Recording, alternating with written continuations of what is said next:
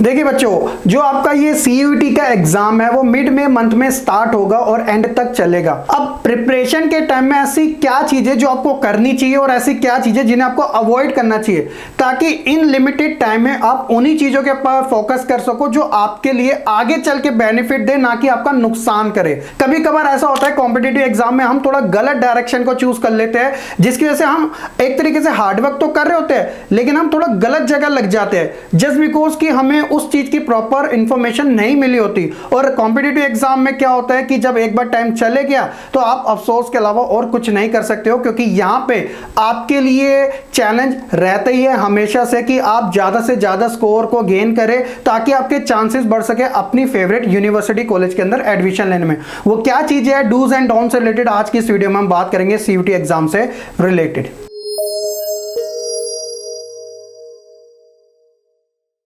सबसे पहले हम बात करेंगे डूज से रिलेटेड कि आपको जब आप प्रिपरेशन इस एग्जाम की कर रहे हो तो वो क्या क्या चीजें जो आपको करनी चाहिए। सबसे पहले जो इंपॉर्टेंट है वो है कि इस एग्जाम का आपको पैटर्न पता होना चाहिए। सिंपली जब भी एग्जाम पैटर्न की बात आए तो तीन चीजें अपने माइंड में याद रखिएगा। पहला है कि ये जो आपका एग्जाम है CUET 2024 वो आपका अब की बार हाइब्रिड मोड में होगा। अब ये हाइब्रिड मोड क्या है, तो ऑफलाइन एग्जाम जो पेन पेपर वाला है, जैसा आप अपने स्कूल का एग्जाम देते हो, सेंटर में जाते हो, वहां पे अपना पेपर देते हो, तो यहाँ पे आपको MCQ में देना पड़ेगा।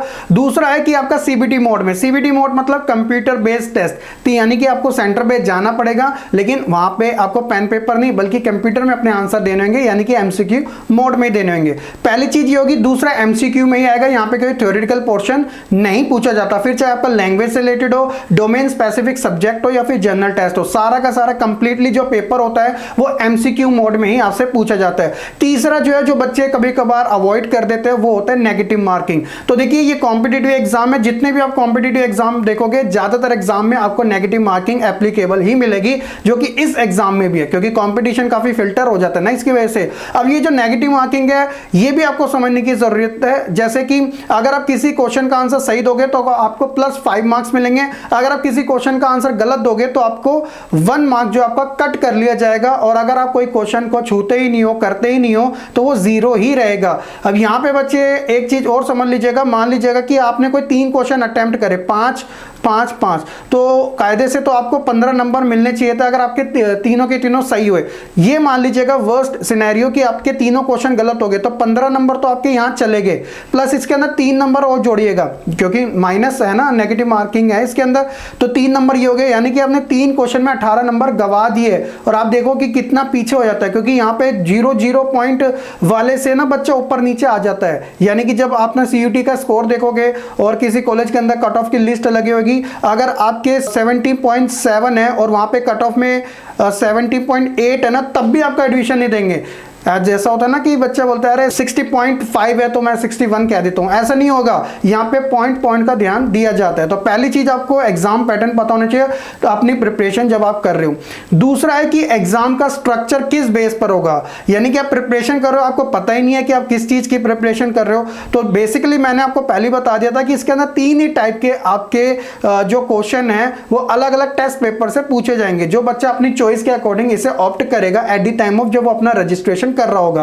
तो सबसे पहले सेक्शन ए जो है उसके अंदर 2 पार्ट होंगे, ये लैंग्वेज से रिलेटेड ही होंगे। ये जो लैंग्वेज होगी वो आपकी एक तरीके से रीजनल लैंग्वेज होगी, जो अलग अलग स्टेट्स के अंदर होती है, जैसे गुजराती, मराठी, असमी, ये सारी। और फॉरेन लैंग्वेज भी होगी, जैसे फ्रेंच हो गया, जर्मन हो गया, स्पेनिश हो गया। इसके अलावा हिंदी इंग्लिश तो कॉमन है ही, है ना। क्वेश्चन कितने आएंगे, क्वेश्चन जो आएंगे वो टोटल 50 आएंगे और आपको अटेम्प्ट सिर्फ 40 ही करने हैं, लेकिन जो टाइम आपको दिया जाएगा वो 45 मिनट्स का दिया जाएगा हर एक लैंग्वेज में।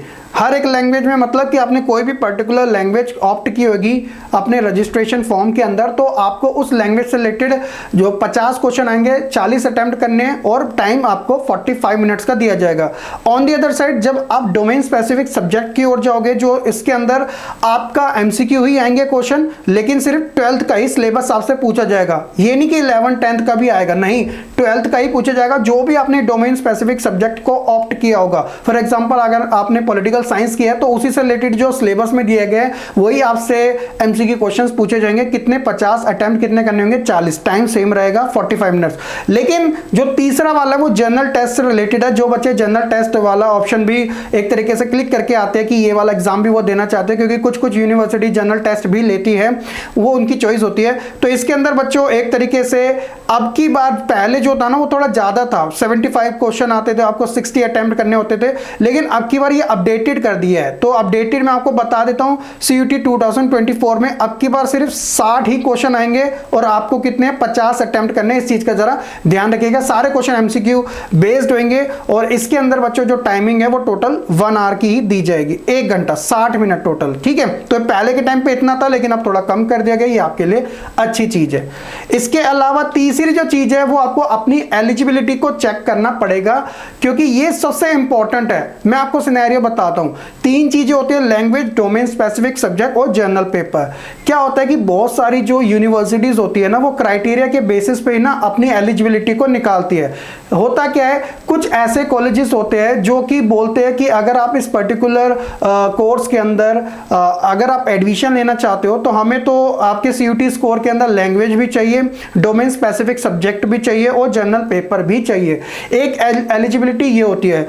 दूसरा क्या होता है, कुछ कॉलेजेस ऐसे करते हैं कि देखो पर्टिकुलर कोर्स के अंदर आप अगर लेना चाहते हो एडमिशन तो लैंग्वेज का स्कोर कंसीडर किया जाएगा, डोमेन स्पेसिफिक कंसीडर किया जाएगा, लेकिन हमें जर्नल पेपर की कोई नीड नहीं है। ये सारा एक तरीके से इंडिपेंडेंट चॉइस है हर एक कॉलेजेस की, अपने क्राइटेरिया के बेसिस पे। जो भी आप एक तरीके से अपना चूज कर रहे हो तो आप एक बार चेकआउट कर लेना। अगर पर्टिकुलर किसी कॉलेज यूनिवर्सिटी में जब आप एडमिशन सोच रहे हो या आपके डिजायर है कि मैं इसमें ही एडमिशन लूंगा तो आपको ऑफिशियल वेबसाइट पे उनका क्राइटेरिया आराम से मिल जाएगा। कुछ ऐसे होते हैं कि वो लैंग्वेज कंसीडर नहीं करते, जनरल पेपर कंसीडर नहीं करते, सिर्फ डोमेन स्पेसिफिक सब्जेक्ट के बेसिस पे आपको एडमिशन देना चाहते हैं आपके सीयूटी स्कोर कार्ड के अंदर। कुछ ऐसे होते हैं जो लैंग्वेज और डोमेन स्पेसिफिक सब्जेक्ट को कंसीडर नहीं करते एलिजिबिलिटी के अंदर, जो कि है भी ऐसा, सिर्फ वो जनरल पेपर ही चाहते हैं कि आपका जनरल पेपर होना चाहिए। अगर आपकी कट ऑफ में मैच होती है जनरल पेपर का जो भी स्कोर है तो आपको एडमिशन आराम से मिल जाएगा। तो ये आपको ध्यान देना है, जिस भी कॉलेज यूनिवर्सिटी के अंदर आप एडमिशन लेना चाहते हो तो उसका एलिजिबिलिटी क्राइटेरिया चेकआउट कर लेना। चौथा जो है कि आपको प्लान कैसे बनाना है, यानी कि इस सब्जेक्ट की प्रिपरेशन करने के लिए सीयूटी की आपको करना क्या है। तो देखिए आपको स्टडी करनी है चैप्टर वाइज, अपने नोट्स बनाने इंपॉर्टेंट टॉपिक्स के।